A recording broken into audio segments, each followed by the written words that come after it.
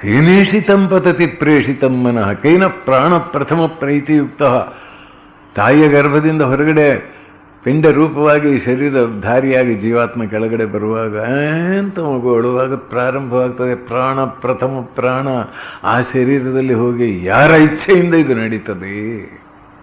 ಇದು ಈ ಪರಮಾದ್ಭುತವಾದ ಮನಸ್ಸು ಸ್ವವಿಷಯಂ ಪ್ರತಿ ಪ್ರೀತಿ ಹೋಗುತ್ತದೆ. ಆ ಮನಸ್ಸು ನಿಮಗೆ ಸ್ವಾತಂತ್ರ್ಯ ಉಂಟಾ ಮನಸ್ಸಿಗೆ? ಓ ಹೌದು ಅಂತೀರಿ. 5 ನಿಮಿಷ ನಿಮಗೆ ಮನಸ್ಸನ್ನು ಒಂದು ಕಡೆಯಲ್ಲಿ ನಿಲ್ಲಿಸ್ಲಿಕ್ಕೆ ಸಾಧ್ಯವಾಗತ್ತೆ? ಇಲ್ಲ. ಹಾಗಾದರೆ ಮನಸ್ಸಿಗೆ ಸ್ವಾತಂತ್ರ್ಯ ಇದೆಯಾ? ಆ ಮನಸ್ಸು ಎಲ್ಲಿ ಹೋಗ್ಬೇಕಂತ ಅಲ್ಲಿ ಪ್ರೇರಣೆ ಆಗ್ತದೆ, ಆ ಪ್ರಕಾರ ಹೋಗುತ್ತೆ.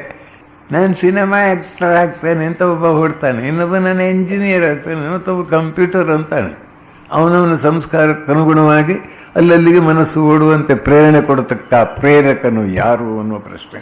ಆದ್ದರಿಂದ ಇದು ಪೂರ್ಣ ನಿಮಗೆ ಓದಿ ನೋಡಿದಾಗ ಆ ದೈವ ನಿಂದೆ ಮಾಡುವುದು ಮನಸ್ಸಿನ ಒಳಗಡೆಯಿಂದ ಹೊರಗೋಗ್ಬಿಡ್ತದೆ. ಈ ಕಾರಣ ಉಂಟು ಕಷ್ಟಕ್ಕೆ. ಕಷ್ಟಕಂಠಗಳಿಗೆ ಯಾಕೆ ಹೀಗೆ ಎನ್ನುವ ಆ ಪ್ರಶ್ನೆಗೆ ಉತ್ತರ ನಾನು ಕೊಡಬೇಕಾದ್ರೆ ಇದನ್ನೆಲ್ಲ ವಿವರವಾಗಿ ನಿಮಗೆ ತಿಳಿಸಬೇಕಾಗತ್ತೆ. ಓ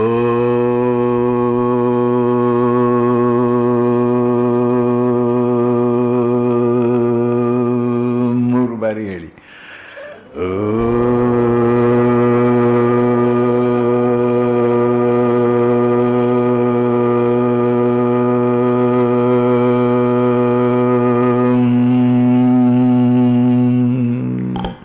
ಹೇ ಭಗವಂತ, ಎಲ್ಲರಿಗೂ ಒಳಿತಾಗಲಿ ಶುಭವಾಗಲಿ, ಎಲ್ಲರಿಗೂ ಒಳಿತಾಗಲಿ ಶುಭವಾಗಲಿ, ಎಲ್ಲರಿಗೂ ಒಳಿತಾಗಲಿ ಶುಭವಾಗಲಿ. ರಾಷ್ಟ್ರಕ್ಕೆ ಕಲ್ಯಾಣವಾಗಲಿ, ಸಮಾಜದ ಎಲ್ಲ ಜನರು ಪರಸ್ಪರ ವಿಶ್ವಾಸ ಸೌಹಾರ್ದದಿಂದ ಬಾಳುವಂತಾಗಲಿ.